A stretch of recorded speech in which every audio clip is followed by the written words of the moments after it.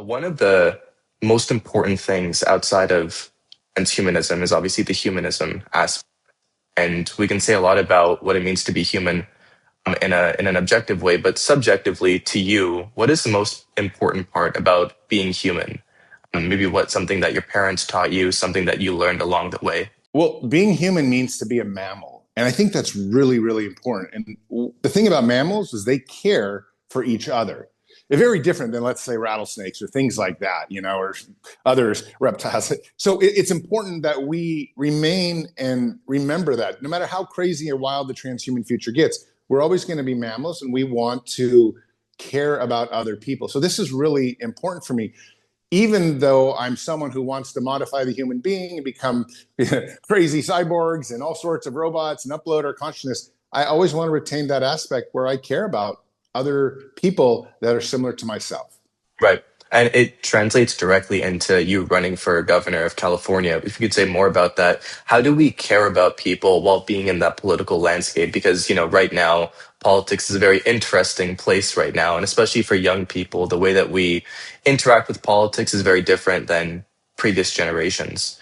How do we think about caring for other people? And what are your thoughts on running for governor? Well, first off, I am running for governor of California as a Democrat. And we're an unusual candidate in the sense that we support a universal basic income because of AI automation. I'm sure we'll get into that later. But I think what's really important about being a candidate is California is known for not only just being, of course, the Golden State and natural beauty, but known for innovation, known for breaking through the mold, known for overcoming social problems and things of that nature that we would like to continue being that state. I mean, that's what makes California wonderful. But as of late, it seems to have kind of dogged down itself into the ditch and not really making much progress. There's a lot of homelessness out there. There's a lot of people who are just living paycheck to paycheck. I mean, like 50-60% of the state is now no one can afford housing. So a lot of my gubernatorial run is to try to fix a lot of the wrongs that are out there, and also to bring back not just innovation in terms of technology, but innovation in terms of like lifestyle. For example, I'm the Star Trek candidate. I want to bring back the space industry to California, get us off planet, bring the future here. Why can't we have rocket ships launching every day from California? That was the dream 30, 40 years ago, and somehow we missed that. So I want to bring those kinds of things back to California so we really have something to look forward to, look to the stars, look to social innovation, break through the cultural molds and things like that. But right now, California seems stuck in a ditch. 100%. And this obviously is not going to be a gotcha style interview, but one of the things with my generation is that when we hear about just paying attention to technology, we kind of feel at odds with that at times because we are the digital natives. We grew up with technology at an arm's reach, but we also feel like we're only paying attention to technology. So especially in California, for those people that see that future and want to be in that future, but also feel like if we're just paying attention to the future, we stop paying attention to the present. How do we talk to them and onboard them to this vision?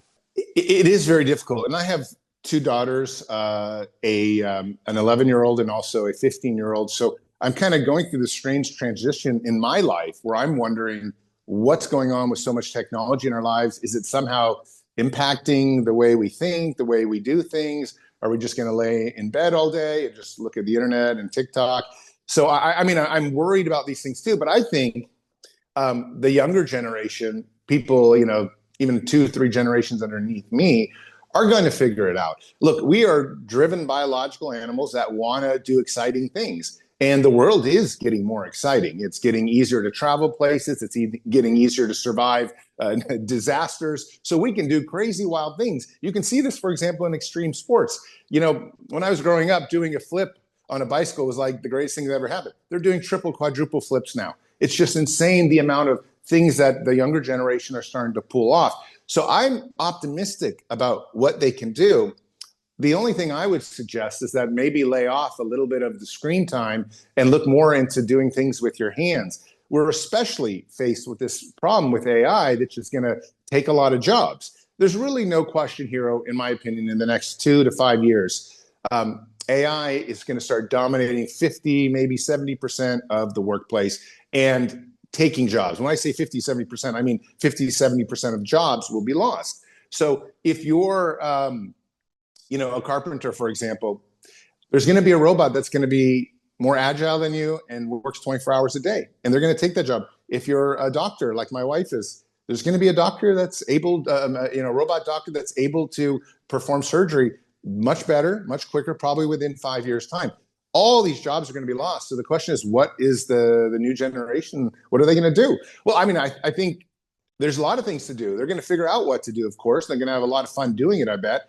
But I think society will have to probably step up and provide a universal basic income. And that's the way that the younger generation is really going to make its way, is not necessarily by trying to become rich, but by having a lot more fun than the generations that before them had, I think.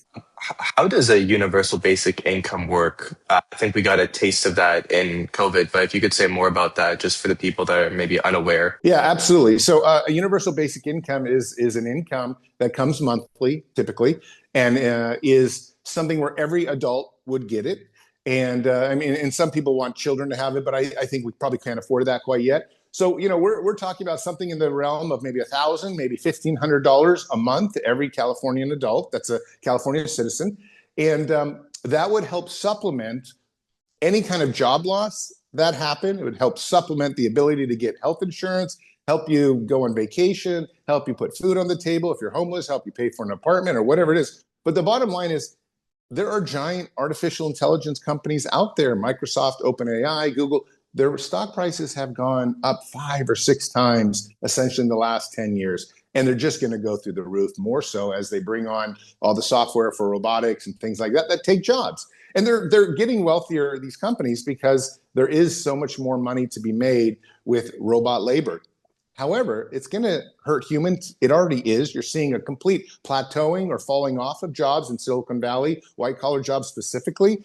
And if we don't have a basic income, then people are going to either starve or end up on the streets or whatnot. But you have to understand, like, if you were a coder and you studied for 10 years to be a coder, and now you're trying to code, well, AI can already code better than you. So whatever you studied for 10 years doesn't work. You're not going to go out and get another job coding, because AI is just going to keep getting better at coding. And the same thing's going to happen with being a plumber.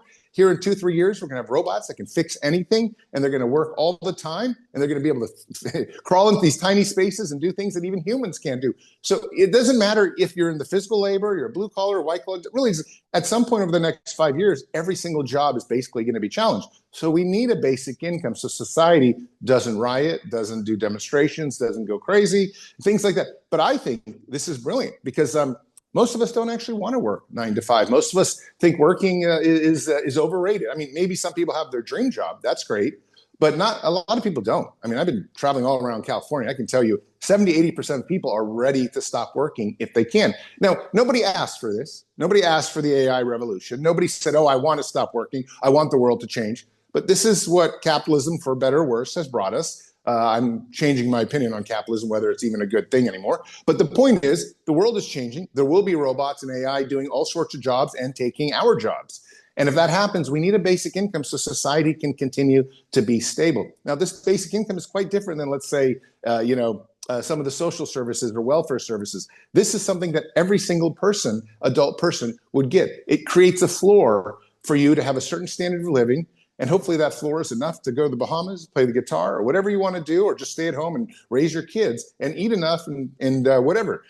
Maybe people will become very creative with a basic income because they'll have a lot more time in their hands. But the point is, they're not going to demonstrate. They're not going to cause civil war. They're not going to freak out when robots have taken their jobs. In fact, maybe the best part of this is that the new American dream is actually much more leisurely than we've ever imagined before because of a universal basic income. I do want to push back on this idea that robots will be able to do everything, because, for example, in 2017, I believe Jeffrey Hinton was saying that radiologists will never nobody needs to be a radiologist anymore, because AI is going to automate everybody in the radiology field, but that obviously hasn't happened yet. So why is this time any different? Why should we expect and treat this as an inevitability that when the robots do come, everything is going to be automated away? Yeah, it's the kind of same thing as like the futurists are predicting us having jetpacks and flying cars forever. The truth is we actually do have flying cars. They're just not economically viable.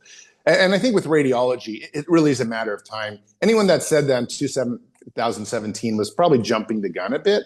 I really think there's no question in my mind that, given enough time, 5 years max, I'd say, radiology is absolutely going to belong in the hands of AI. Now, governments may step in and say, look, we want to keep people in the loop just for that 1 or 2% that the robots make a mistake, because that's kind of the problem right now. It's like, yes, we have driverless cars and they're basically perfect, but 1 or 2% of the time when they make a mistake is too much, because that's 1 or 2 deaths. And the same thing sort of happening in radiology. There's no question that AI does radiology better than the human being, and has a database of every single radiology, test and database that's ever been done. So it has a much larger grasp on tumors and things like that than a human being could ever do. But the problem is, when it makes an error, it's unforgivable. We forgive humans, but we can't forgive machines yet. So I think it's just a matter of time. And I get the pushback. I think it's very valid. But I do believe that despite some timelines being wrong, we really are moving to a society where you can rest assured that AI will do everything. I mean, for example, there are now different kind of softwares out there that can create a perfect avatar of you, and probably within 1 to 2 years, it will be perfect. So you might actually be able to be on a beach in the Bahamas and still doing this interview, but you're doing an interview with my avatar. We won't even know the difference, because it's become so commonplace. There are people like literally all over Silicon Valley working on these types of technologies. Now you'll say, of course, let's push back and say, well, it's not really me, or is it really authentic? But if it's being consumed and it's good content, and the problem is, here I am speaking and I'm trying to be eloquent, not mix up my words, but an avatar of myself will actually probably speak much better, as ChatGPT already can write much better than me, who's been a journalist for 30 years. So I think we're coming to an era when all these things will come to pass, and it's going to be very interesting. It's really just a matter of fine tuning. Real quick, let me just tell you, I was at a party at a mansion the other day, or actually a few months ago in San Francisco, and there were all the world's AI experts there. And, everybody was talking about the fact that we've kind of already reached AGI, this artificial intelligence that's equivalent to human beings. The problem, though, is that we can't really control this AGI. It's still saying politically incorrect things. It's still saying racist things. It's very, very smart. It just doesn't know how to act in a way that's civil for society. So this is the problem right now. It's oftentimes not that the technology is not good enough. It's oftentimes the problem is that a few percent of the time it's completely out in left field, and we're still trying to fix that. Yeah, I would love to extend the analogy of me on the beach and I was talking with the AI avatars, because I wouldn't necessarily do that, not because it's not authentic, but I enjoy doing this. Just like I'm sure if there was a perfect robot for you to campaign with, I mean, maybe you could answer that, but I think that you enjoy being the human in that loop, in the social sense. And so, especially for folks in California, and especially for the younger generation, I know kind of sounds like it's not an immature question, but I think it is still valid. What if the folks don't want this future? What if they're comfortable with the way that the status quo right now?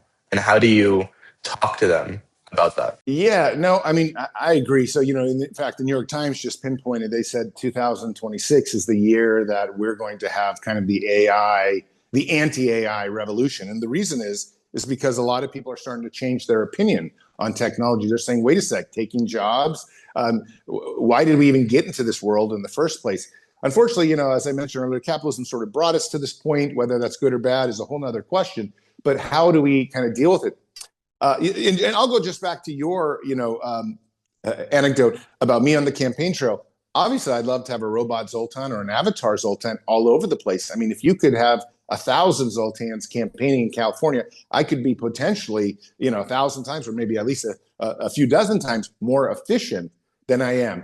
And everyone would say, oh, well, how do we know it's the real Zoltan? Okay, that's a whole different thing. But if you could, campaigning is getting your name out there and meeting the people. So if you can do that, if I could do 1,000 interviews every single day just with my avatars, I would do that. So there are some very real practical business aspects to these kinds of technologies. Now, that's a whole different story than, is it ethical?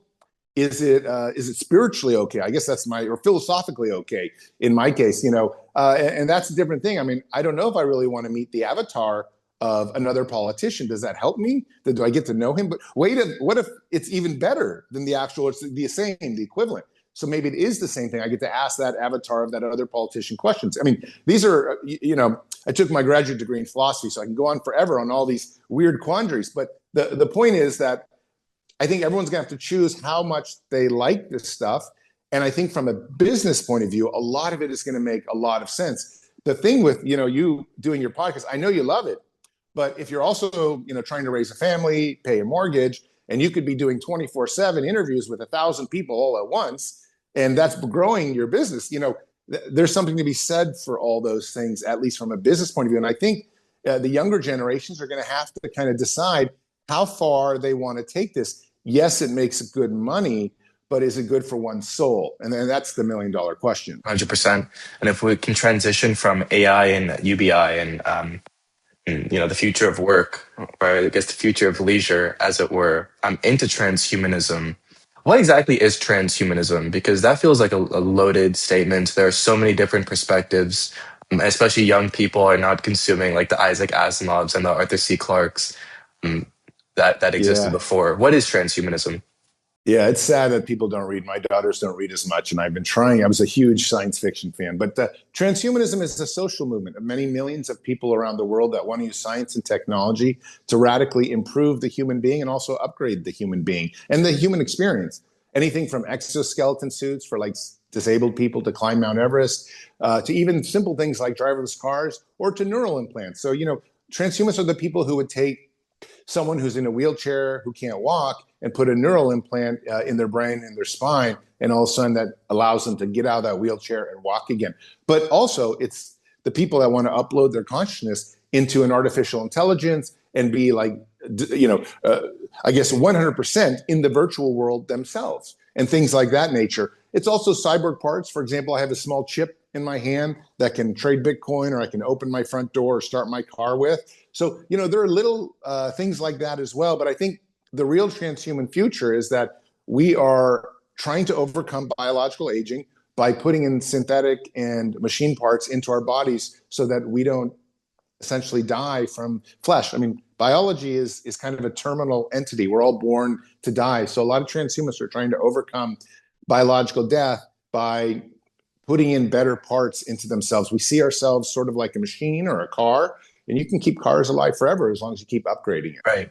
So when we have the death of death, what happens to the individual? So the individual can live from 120 years to 250 years or 500 years, but they're living in the same society that they feel uncomfortable in or oppressed in. So how do those two things emerge? What is your vision for that? Well, I do believe that one of the primary goals of humanity should be to try to overcome biological death. It's incredibly sad. I mean, so first off, most transhumanists are not religious. And if they are, they're not really sure that there's an afterlife or whatnot. So I'm one of those people. I just don't know if there's an afterlife. And so what I want to do is preserve the life that I have now because I love it. I think life is great. It's a miracle to be alive. And I feel that overcoming aging and death is that primary kind of focus of myself and many transhumanists around the world. And I'd love to make the primary focus of humanity as well. Now, of course, not dying brings up all sorts of challenges. Would life get boring? Are we talking about not dying forever? Or are we just talking about not dying till age 150? Right now, I'd like to just make it 150. When I get to 150, we can then decide. And we're also not talking about, when we talk transhumanism, not talking about you being a 150-year-old, really old body, can't move out of your bed. We're talking about reversing aging or stopping aging. So you would probably be, 40 years old. Okay, that's where I'm going to stop. I don't want to grow anymore. I'm at the peak of my strength. I'm old enough to have some wisdom, but I'm not growing further older than this. So that's really the transhumanist aim, is we would want to live 500 years in our prime shape.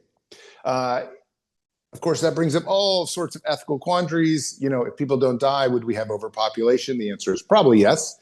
So that's something against the idea of overcoming death. Though I think we could also, transhumanists want to get off planet, so we'd probably start societies elsewhere across the solar system. I mean, if we have such radical technology to overcome death, it's probably possible. I mean, we're already almost daily launching something into the stars these days. And I also think we could do, with a universal basic income, maybe the distribution of resources on planet Earth could overcome overpopulation concerns. I also think there's this problem that you get bored. And yeah, that's a real philosophical dilemma. I've never gotten bored in my life. I'm wondering if I live 500 years, would I? It's possible. And then I think maybe it'd be your time to die. You would voluntarily die. Transhumanists aren't trying to eliminate death.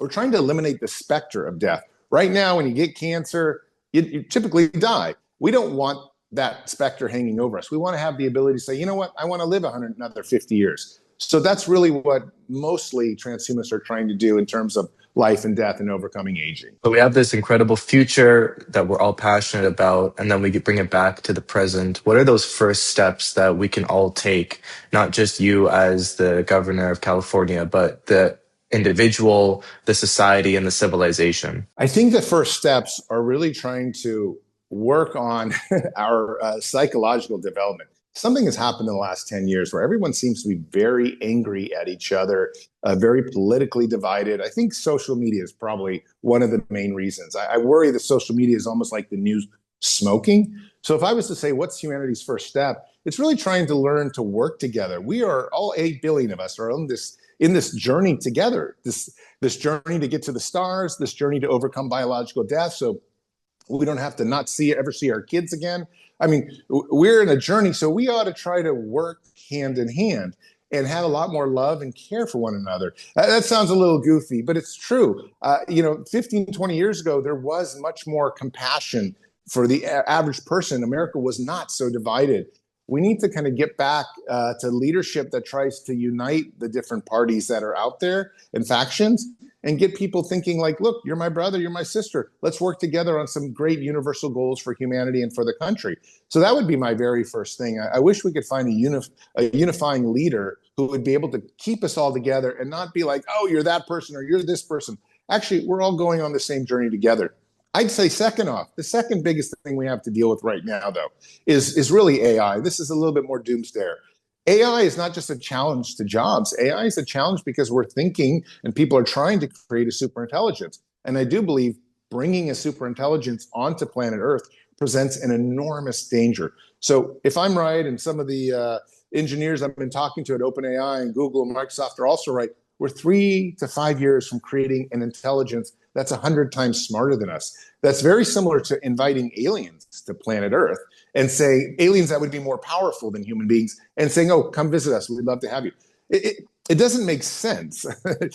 Not in a world where it's kind of dog eat dog. You would never invite aliens that are twice or 5 times more powerful than you onto planet Earth with no guarantees of our own safety. And somehow we're moving forward with creating a super intelligent AI. And I feel like that's very, very dangerous. We better do something about that soon. But again, I'm not really sure that's possible. It seems like we're moving full speed headlong into those dangers. If you had a magic wand and you could solve one problem in the world, what would it be and why? Well, my magic wand would definitely be to try to stop aging. And the reason is because my father died about 6 years ago from heart disease. Just had an uncle die a few days ago, or an uncle-in-law. And it's just, anytime someone dies, it brings up this huge problem. Now, a lot of the younger generation isn't too concerned about dying because they're so young and youthful. But I just turned 52.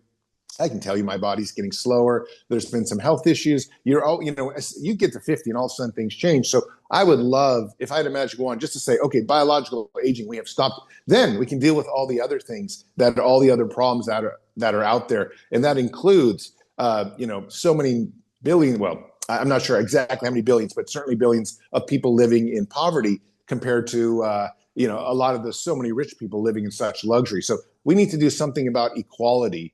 And that would be my second thing on my of my magic wand. And of course, that's why I support a universal basic income, is because I really want it. I believe it's like a magic wand where you could just go, boom. Now everyone might not be super rich, but at least they have this life that puts a board underneath it. They can never become homeless. They can never go hungry. They're going to have medical care and things like that. That's what a universal basic income does. So that would be my wand. And as someone running for governor, it's certainly the first thing I would do on day one is try to implement a universal basic income for California. And last but not least, what gives you hope in the world? What gives me hope?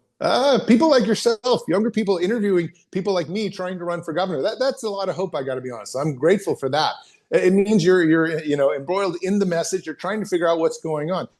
I worry that there's a lot of apathy out there, especially with the younger generation. It feels helpless. It's very difficult to make money. Look, the generation before me had it so easy. I was just talking to my wife this the other day. They could go out, buy real estate, thing went up 20 times over like 20 years. It's crazy. But these days, I don't think it's like that anymore. The younger generation really has the cards stacked against them to try to go out, do entrepreneurial things, make a business work. Also, the idea of going to college, we haven't talked about this yet. This is huge. I have been promoting people going to college forever and ever and ever. I thought it was the greatest thing ever. College for me was one of the most fun things I've ever done. But the problem is now, like if you're going in debt and you're going to be in debt and you're not going to be able to get a job, what is the use of it? And I'm all of a sudden saying, wow, if you want to, if you can do something in the next 2 years, I would choose working these days over college just to save up whatever you can. And that disappoints me. It saddens me because I would love to have every single adult person go to college, not just to learn, but to read the crazy books, to have fun in the social settings, to do parties, things like that. College is really instrumental in terms of growing up and understanding what it is you want, what kind of partner you want, reading all the crazy books, playing music, maybe joining a band. Most of us have done these things. And it's sad to me that college itself is turning out to be not a good investment anymore. So I want to make it a good investment. In fact, one of the things we would plan to do in California is try to make all public colleges entirely free, and community colleges as well, universities and whatnot. We also want childcare made free entirely. And the reason is, in childcare starting at public education at probably age 1. And the reason is because no one in California can even afford childcare anymore. Childcare has somehow become like a $30,000 a year endeavor. So if you're a young person wanting to have a baby, it almost becomes impossible because you're all working. So the government has to step in both with a universal basic income as well as some other plans. And it may sound a little socialist, but at this point with AI taking jobs and college not being a good investment anymore, it's time for the government to step in and do some of these things. And I'm definitely all for these things as a gubernatorial candidate. I know some of the Democrats think I go too far with my universal basic income, but I don't care what they think. And I know the Republicans hate it, and I don't care what they think. What I want is to not see any more homeless people, and I want people to have enough money in their pocket so that they can do the things that they want to do. If you had one piece of advice for yourself at any point in your history, what would it be, and what point in history would you give it? That's a great question. Oh, I did something in my 20s that was the best thing that I've ever done. And I would just say, whatever you do, stick with that. I was having a bit of a hard time in college, not hard in terms of academics. I just wasn't that into it. Now, don't get me wrong. I loved college and it was wonderful, but I also yearned to travel. And one of the things we would support, of course, in addition to public colleges and free colleges, trying to get people to pay for a year of them to travel. So halfway through my college degree, in my undergrad, I actually bought a tiny sailboat and left and went sailing. And it ended up being a 7-year trip. Now, I kind of went back and forth to college during hurricane seasons. But I, for example, left my boat in Guam. I sailed all the way through Fiji. I started off to Hawaii. But I spent 7 years. My boat's currently in Greece. It was a small sailboat. It cost like $5,000. So it wasn't a huge investment. And I worked at a pizza place as a doughboy and as a bagging groceries at a Safeway to make the money. It took about a year. But I had the most wonderful time ever sailing because I went to about 70 countries, and I actually started working at National Geographic as a journalist on my boat because of the sail trips too. But it was interesting because the sailing was so instrumental in teaching me about life, seeing other cultures, becoming open-minded. I began covering war zones for National Geographic through the boat, and I covered the Olympics and things like that as well. The point, though, is that I would advise me to definitely not have a fixed schedule. Like some people, they want to become a doctor, they want to do this, they want to do that. Take some time off, travel the world. It's pretty cheap these days to do it. You can get these bargain airfares, live in a backpack, sort of like I did, and do it. And that will give you a greater experience to do so. So if I had advice for me, it's to do the exact same traveling and maybe even more so than I did. I spent a huge amount of most of my 20s abroad, except for college, both sailing and doing journalism. And it's irreplaceable. Now that I have a family and I got kids, I can't go to war zones and cover them as a journalist. I mean, it's just too dangerous. And I can't go sailing in the oceans because it's too far away and too dangerous. So this is the time to do it in your youth. Do something wild and crazy while you still can, because once you have a family and kids and mortgages, all that is becomes very difficult to do anymore. I love it. It's a very non-traditional approach, and that's what we look for on this podcast. Zoltan, thank you so much for today. Where can we keep up with you and your campaign? Sure. Well, my campaign website is zoltanistvan2026.com. And of course, you can find me all over social media.